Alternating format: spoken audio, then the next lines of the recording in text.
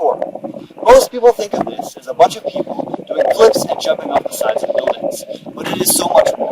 It is an art and a science. It was invented in the late 1980s based on French military combat techniques. The aim is to get from one point to another using complex movements without assistive equipment and in the most efficient way possible.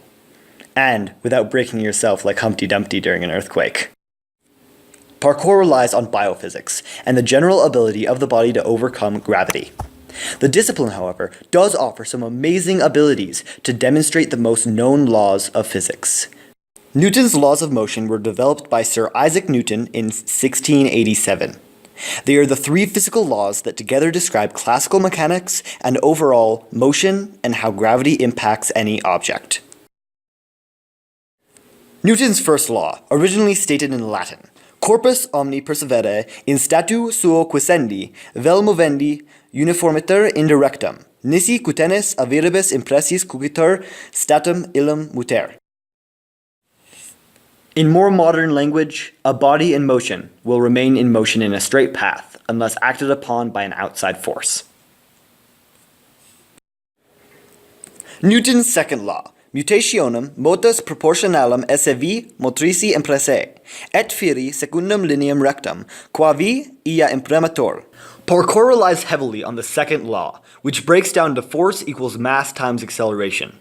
Two forces act upon your body during impact with the ground, the downward force of gravity and the upward force of the ground.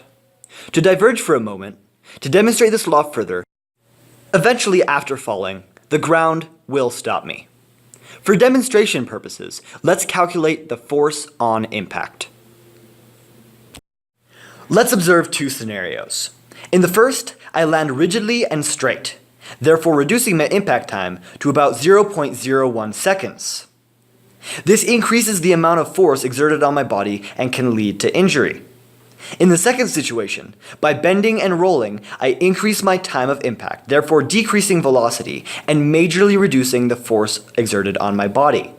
This provides physical evidence of the importance of technique in parkour. Newton's third law, actione contrarium, semper et equalem, esse reactionem. Sive corporum duorum actiones in se mutuo semper esse equales et in partes contrarias derigi. Or to every action there is always opposed an equal reaction. Observing Newton's laws of motion, everyone's ability to overcome and work with gravity would not be as well understood.